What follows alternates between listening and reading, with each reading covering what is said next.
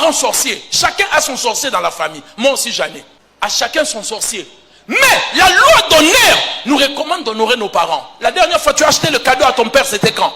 Tu viens me donner l'offrande ici. C'est bien. Je suis un père spirituel. Mais ton père biologique ou ta mère biologique, est-ce que tu prends soin de lui ou d'elle? Il y a une part pour le parent. Il y a une part pour le parent. Ephésiens 6, 1 jusqu'à 3. Enfants, obéissez à vos parents. Ainsi vous allez faire quoi? Vivre longtemps. Tu n'es pas encore parent pour savoir c'est quoi la puissance d'un parent. Je respecte les parents depuis que moi-même je suis parent. Demandez à ceux qui sont des parents comment ils font comme ça pour que leurs enfants mangent, pour qu'ils partent à l'école. Maintenant toi tu deviens parent, tu négliges ton père ou ta mère. Et puis maintenant tu as un petit diplôme d'état. Comme ton père n'a pas étudié, tu dis à ton papa, tu ne comprends rien. Tu n'es pas un fils digne. Comment ça ton père ne comprend rien? Il t'a nourri depuis ta naissance. Il faisait comment pour te nourrir? Et tu te permets de lui dire, papa, vous n'avez pas étudié, vous ne comprenez rien. Tu attires la malchance et la pauvreté. Écoutez ces petits secrets. Nous sommes une église qui croit au combat spirituel. Nous frappons spirituellement tout le monde.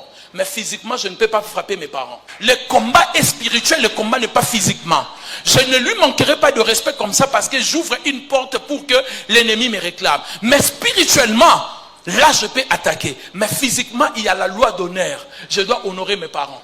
Est-ce que vous donnez des offrandes? La dernière fois, tu as acheté la chemise à ton papa. Même aller rendre visite à ton père. Il n'y a pas un jour.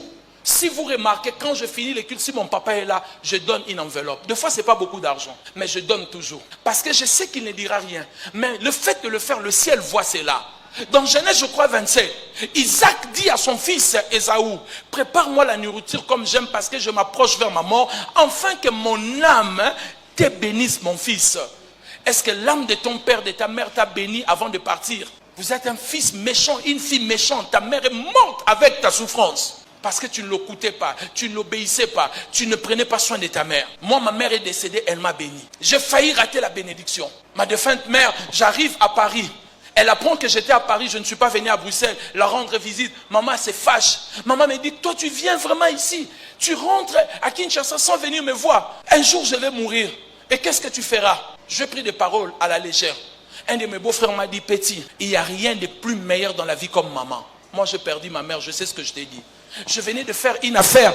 J'ai pris l'argent, j'ai envoyé à ma mère. J'ai envoyé une copine de ma femme. J'ai dit, va remettre l'argent à ma mère, main propre, parce que si j'envoie par des personnes interposées, l'argent ne va pas arriver. Maman, quand elle a pris l'argent, elle a commencé à chanter, elle a commencé à danser. Vous connaissez les mamans africaines? Moussa Koli, le prophète de Dieu.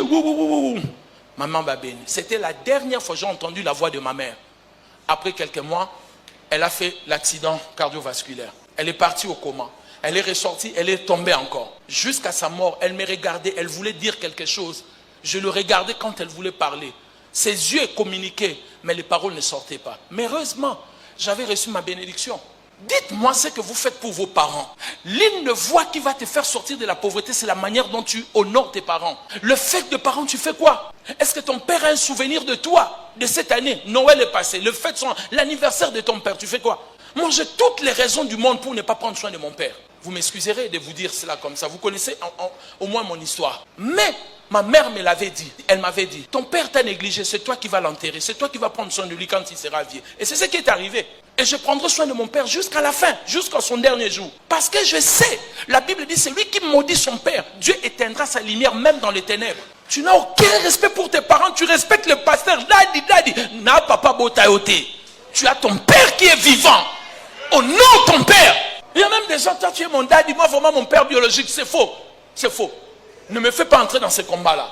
Si tu as perdu ton père biologique, oui, je peux devenir comme ton père. Mais s'il est vivant, va prendre soin de ton père biologique. Deuxième sorte d'offrande que nous négligeons. L'église a toujours parlé de l'offrande de pasteur, mais l'église ne parle pas très souvent des offrandes des parents. Allez voir ton père aujourd'hui. Fais du bien à ton père. Sors avec ton père comme si c'était ton mari. Vous partez en ville, vous mangez. Ton père a vu la ville il y a 7 mois, même 7 ans.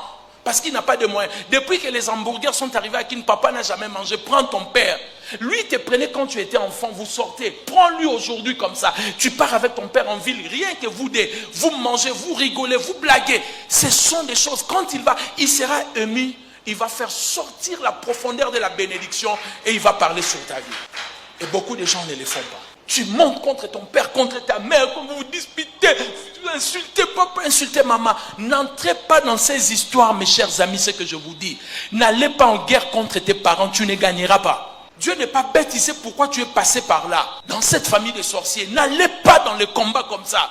Va spirituellement, mais pas physiquement. Qui m'a dit amen?